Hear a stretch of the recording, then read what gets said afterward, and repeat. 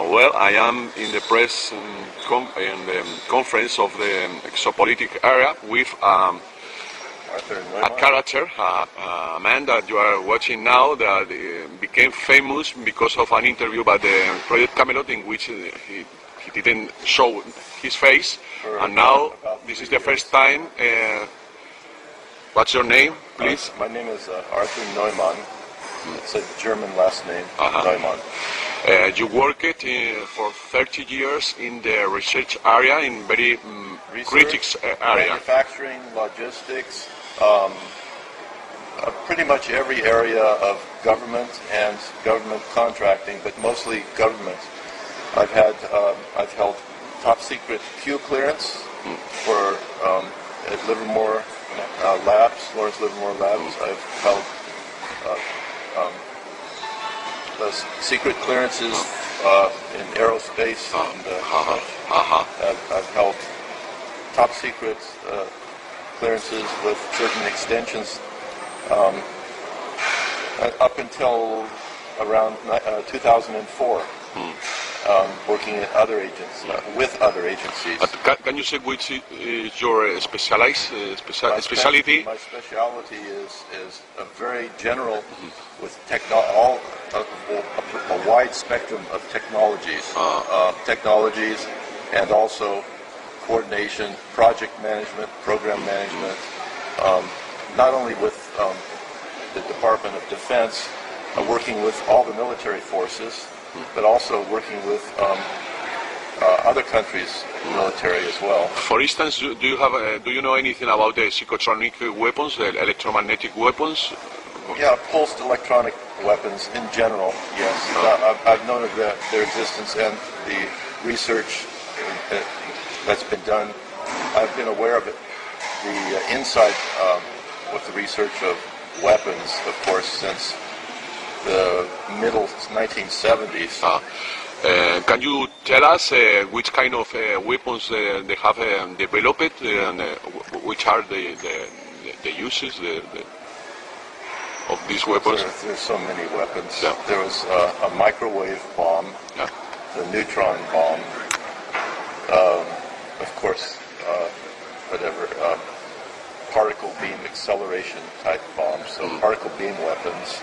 Then many different projects along those lines. Then sound weapons using highly focused, directed sound.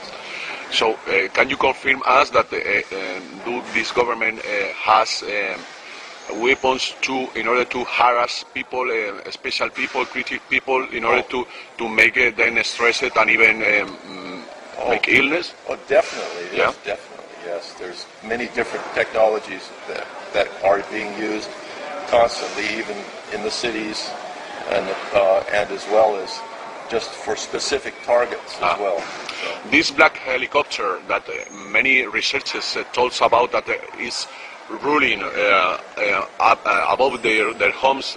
Can you confirm that they could be used in this area? I don't know who's what are you talking about? There are several people, researchers. For many years, black helicopters. Yes. Some of them are black helicopters, and some of them look like helicopters, but they're not helicopters. So what are they? They're just. I don't know the details on those helicopters. I just know that some of them are just. What do you call it? Kind of cloaked to look like helicopters, but that was years ago, so I don't know what's happening. What's that in fact? Surveillance. Surveillance. Okay. So. Surveillance and maybe possibly some abduction type work, but not by aliens.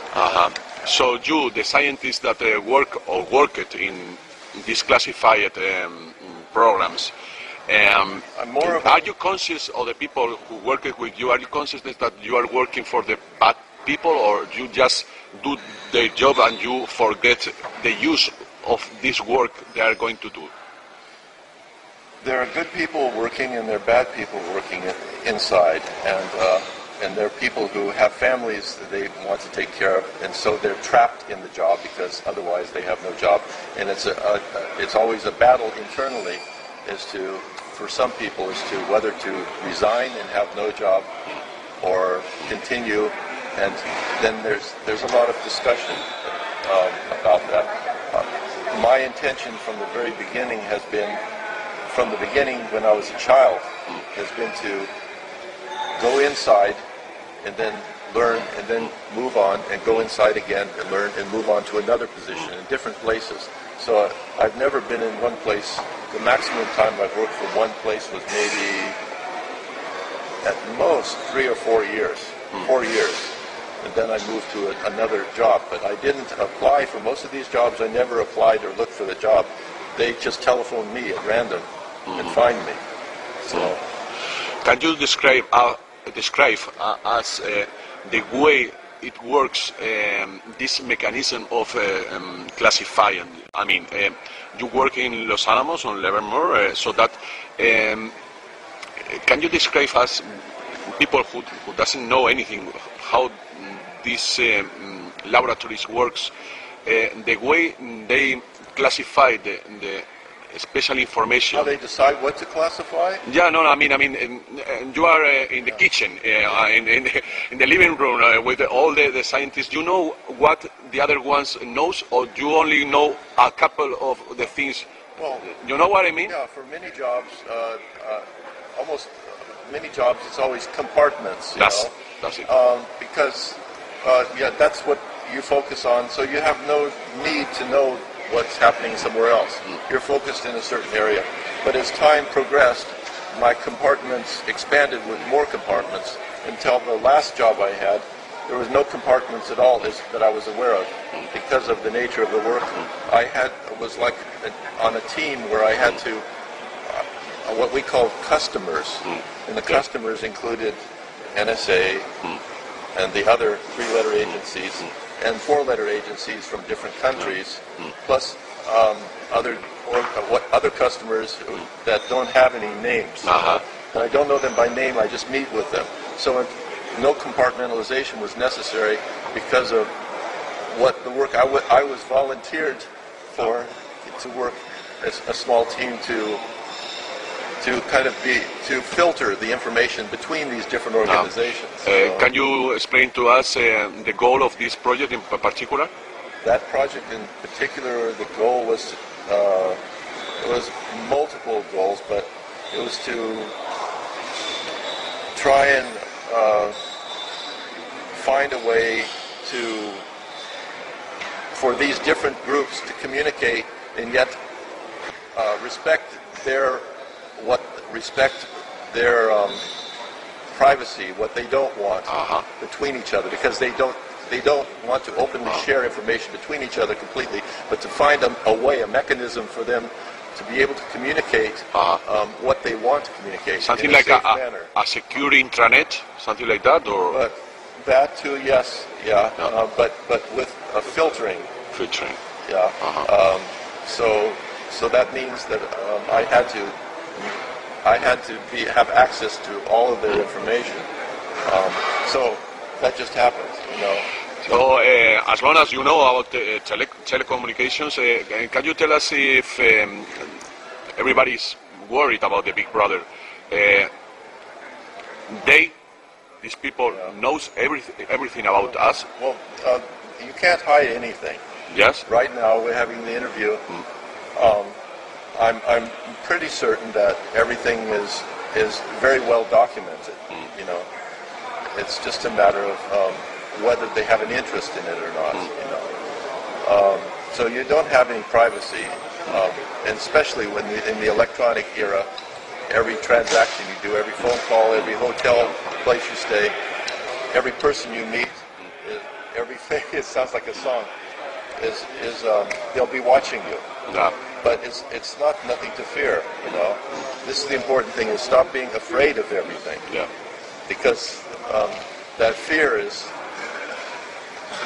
today what we need to focus on is the opposite of fear. It's to look forward and be happy about this baby that I spoke of that's being born, and celebrate the change and realize that there's pain involved in this change.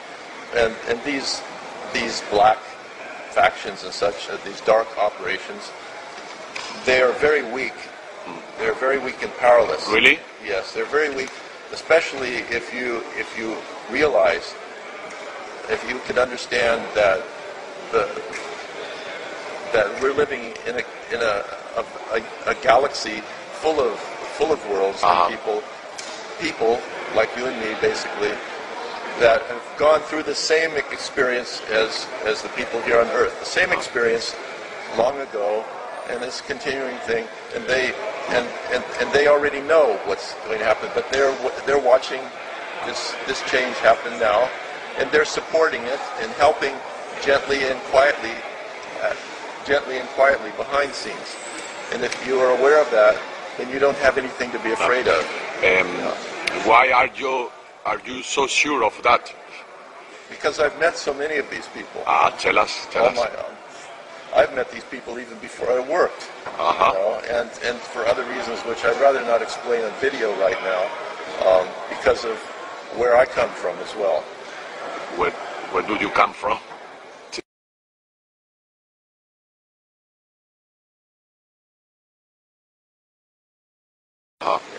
But can you tell us if the first contact is close, as they say a lot of people? The first contact with this? The first contact, I think, that's planned is not a real contact. The plan is a fictitious threat. But this fictitious threat, if you see UFOs and they're mechanical or such, the highest probability is that, especially if they look like a threat or an enemy. Just realize that's only temporary, and they're not from another place, another planet. They are created enemy as part of the government operations. So you confirm the secret government has these tools, they have the technology and tools for a long time. Yeah. But I mentioned the report from Iron Mountain, which many people say is just science fiction. It's not science fiction because that material, the same material, was handed to me in a meeting in Tucson, Arizona in the 1980s. Directly? Yeah, directly in a meeting, yes. A government meeting that I went to. You read it? It was a surprise to me because I didn't know what the nature of the meeting was. But we were flown to Tucson, Arizona and stayed at a hotel room. And then we got together, and at the end of the first meeting, they handed out the report from Iron Mountain, but not in book form, but in paper format. And that's where I first learned of the plans from the RAND Corporation. You are one of the first persons I know that confirms the Iron Mountain inform. It is. I don't have the paperwork anymore, but it was almost. Close or almost exactly the same thing as in the book that's now in print again. So for you, the swine flu epidemic is just part of this plan? I can't say. Epidemics are natural things. They're natural epidemics, of course, you know. But in my opinion, the swine flu is, in this case, this is a dangerous thing, but it's my opinion only. My preparation is to take vitamin D3, letter D3. What's that? What's that? A vitamin. Vitamin. Okay. Vitamin D3, 2,000 IU, 2,000 international units every day, or 5,000.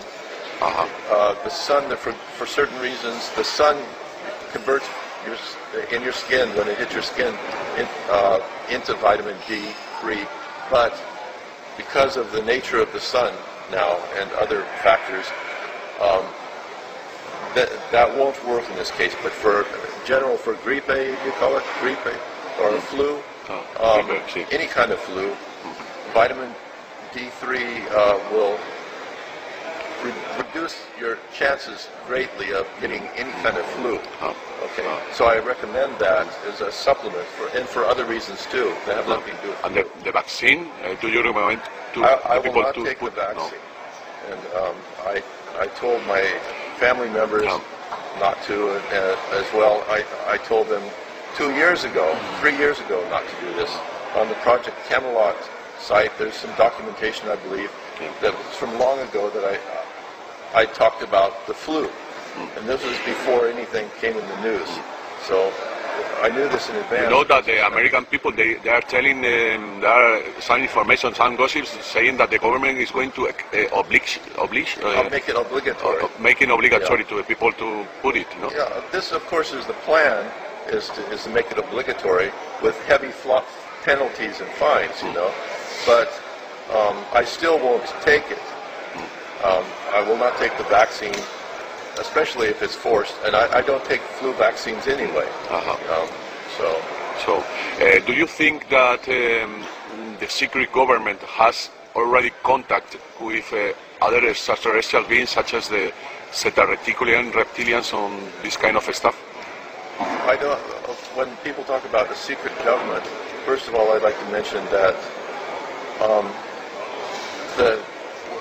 the governments, like when we talk about the level of the president or the royal family or such, they don't have access to this information or knowledge, as far as I know. And this is what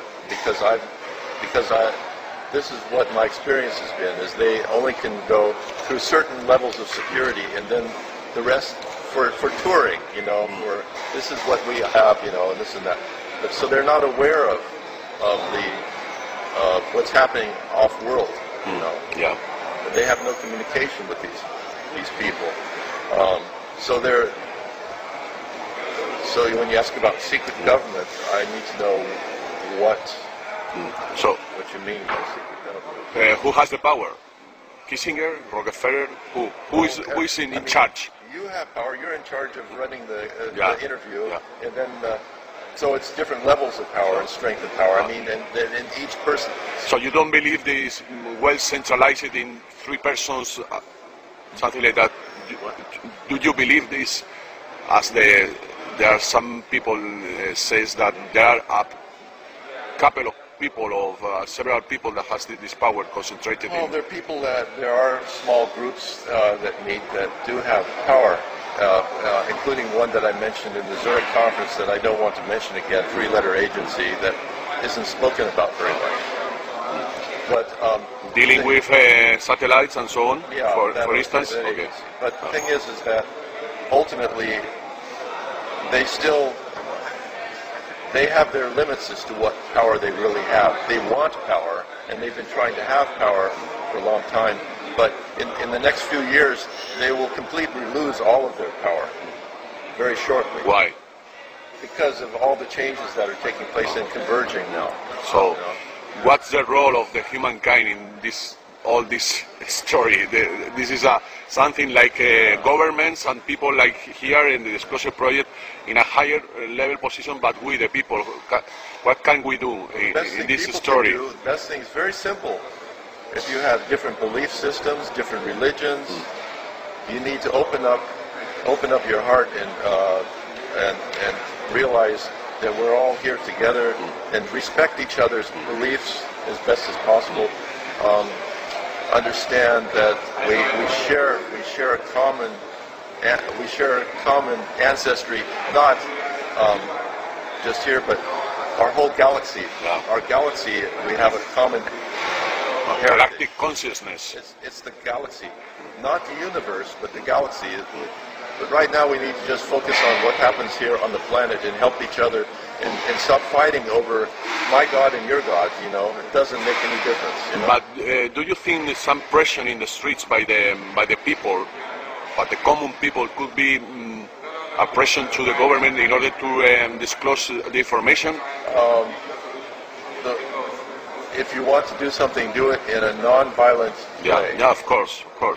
If you have anger, that will just it will support the agendas of the people who are trying to have power over you. But this is a very temporary thing. All this fighting and all this suppression is temporary, and even if you don't do anything outwardly, the change will still take place. The birth of the new world, not the new world order like Bush, but the new world will still happen very shortly, and you should feel this and be aware of this. 2 short questions just to finish. First one, can you tell us secret technologies that make free ourselves when the secret governments fall? Well, there are technologies, of course, using the Casimir effect or the zero-point energy. That's a definite. I pointed it out in Exist. Zurich. It's a definite, and this is not even classified information. It's just you need to know where to go to see it. I'm talking about in government. It's not even classified, and neither is gravity shielding, which is similar to anti-gravity, but it's shielding. You take the material and you put it here, something above it, and it lessens it shields the gravitational force.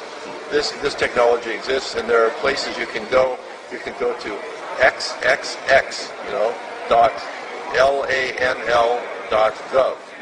Los Alamos National Labs.gov. Go to that website, xxx.la, and then do a little search. Dig through their archives, their physics archives. So we can have flying saucers in a short period of time. Yeah, using it. You can have that. The thing is that we need to balance all this technology that is available or can become public. We need to first work on the spiritual and the sociological problems. But where are the plans, the maps to do it, these flying sources? Do you think it's going to be released such as open source software? Could be a Linux way of creating flying sources? It's going to be released from many, many different sources. Yeah. Just from people probably here in the conference even today. There are people who are working on these. Really?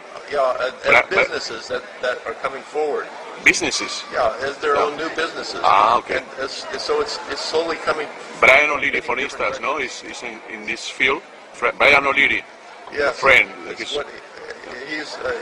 He's in this business. Well, I don't know what he's doing with the machines or anything, but as far as zero-point energy technology in its best form, I could describe it as you can have just a small little box that looks like this and direct conversion into electrical energy or whatever you want. And there's no moving parts, no mechanical spinning magnets or anything like that. It's so simple that it looks like magic. Yeah. And you just do that, and you can power with the correct wiring. But what's the key of the zero-point energy? What's the key to create it?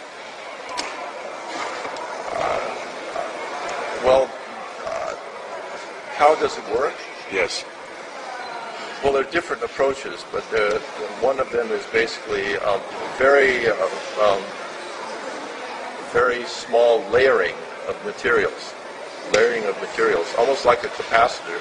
Capacitor is manufactured. Small layers of material, and then we're tapping the energy from that. But it's a simple solid-state type of technology that can be used. Does zero-point energy has anything to do with orgone energy? I don't know anything about organic energy. No. I mean, I've seen it, and I don't have any experience with it. Okay.